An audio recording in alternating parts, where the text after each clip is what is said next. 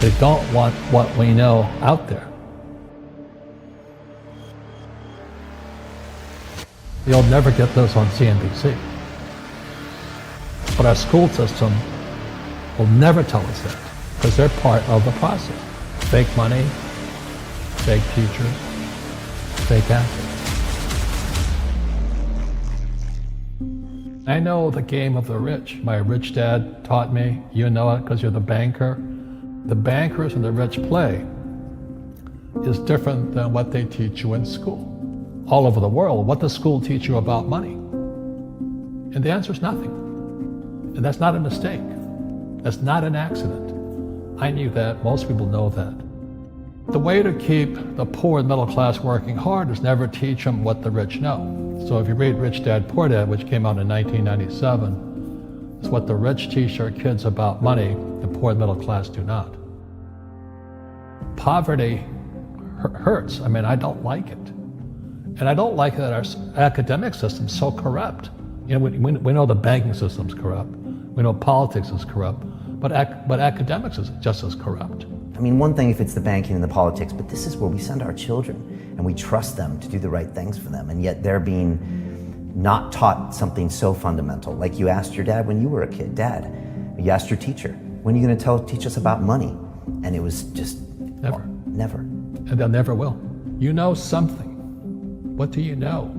Share it. What is financial education? It's not get a job, work hard, save money, and invest in a well-diversified portfolio of stocks, bonds, mutual funds, and ETFs. The financial industry is two things, debt and taxes. In 1971, Nixon took the dollar off the gold standard, and the US dollar became debt.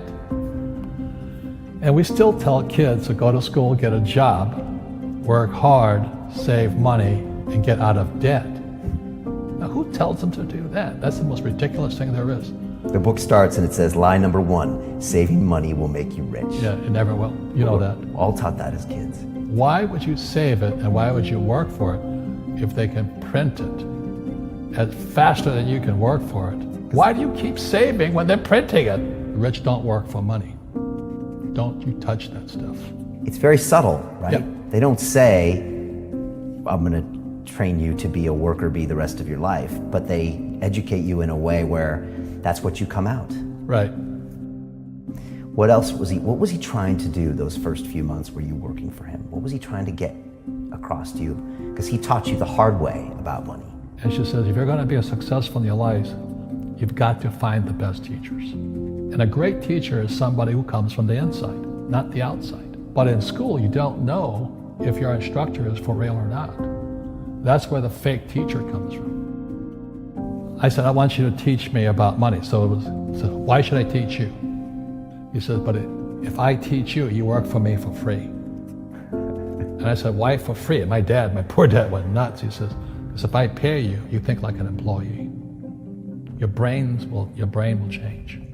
If you learn never to work for money, you'll be a rich man. And this is powerful. Once you give someone a paycheck, their brain turns off. Correct. Because it's... And then the promise of a pension. Right. And job security. Which is kind of a paycheck in disguise. Correct. After you stop working. Give the man a fish, eats for the day, teach him to fish, eats for a lifetime. And most poor people confuse assets for liabilities. They think their home is an asset, it's actually a liability. Right. An asset is a noun, like a house. Cash flow is a verb. So to understand if it's an asset or liability, it takes a noun plus verb. So if the cash is flowing out of your pocket, it's a liability. If the cash is flowing into your pocket, asset, verb, it's an asset. So I own 7,000 rental properties. Those are assets. Every month, the cash flows in. Whereas many people have the big house on the hill and the cash is flowing out. Right. And they're going broke. Right, it's like a frame of mind. The other thing the poor don't understand is the number one expense for most people is taxes. And yet we don't even see it. Isn't that weird? You walk around and you look at the paycheck and say, that doesn't seem right, and you don't realize that the government's got a huge hand in your pocket and you are doing nothing to minimize that. Again, this is what's very different about the rich and the poor. The rich don't work for money. His number one expense is tax. See, there's three kinds of income: earned, portfolio, passive. So earned income is if I get a job, that's earned income. If I'm a doctor or a programmer, that's earned income because I'm working for it. If I buy, let's say, Apple for $10 and I sell it for 20, that's portfolio income, capital gains. Yeah.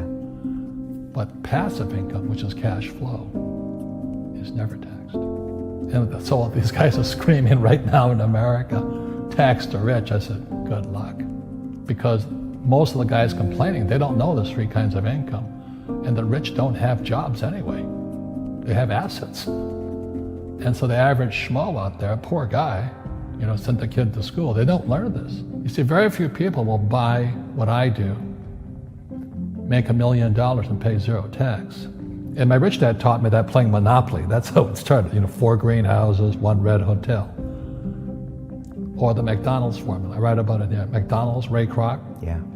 McDonald's is in the real estate business. So they sell hamburgers, but they buy real estate, so they pay no taxes. This guy Bezos, he's $16 billion. How much tax do they pay on that $16 billion? Zero. And that's all legal. Anyone can do it. Everybody can do it. But most people lack the education. So once you learn how to use debt as money, you can never say, I can't afford it.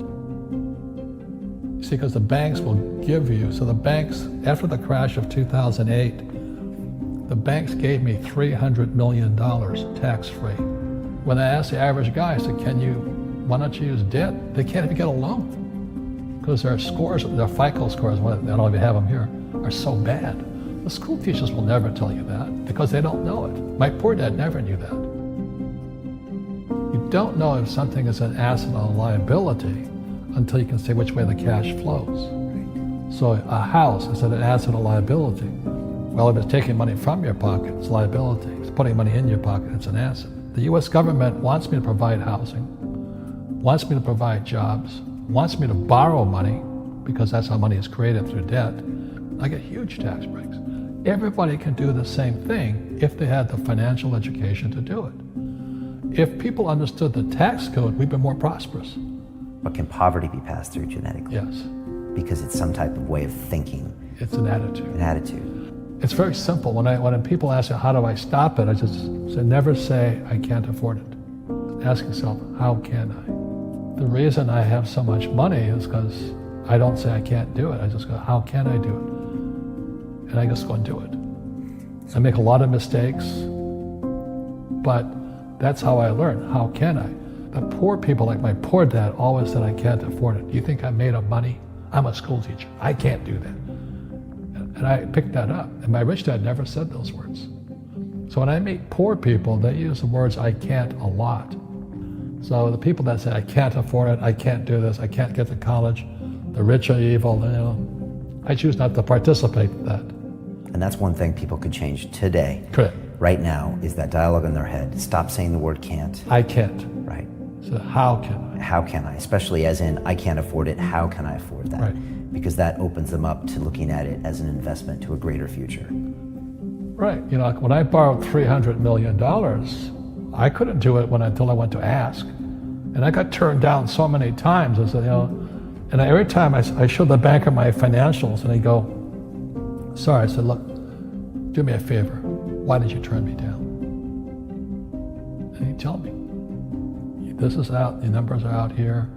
So if I get these numbers fixed, can I come see you again? He goes, sure. So it's called rejection. Same as my wife rejected me for 6 months.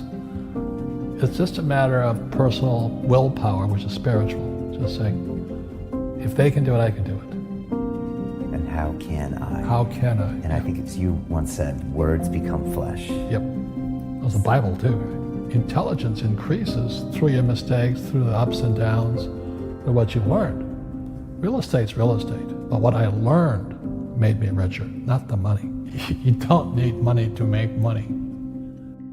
I think all of us, every human being has that low point in their life. And if they get the message, a new life begins. If they don't get the message, they keep going down. The richer I got was because I didn't need any money. I could use this to make money. But how did I get there? Is I made a lot of mistakes. people are afraid of making mistakes and all this, fear of failing, it limits them. Nice, so very nice. So many people trapped in the same device.